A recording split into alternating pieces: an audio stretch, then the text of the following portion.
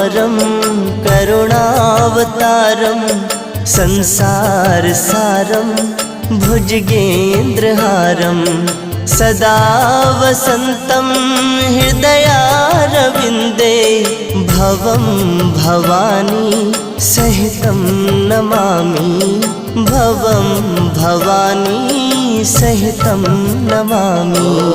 कर्पूरगारं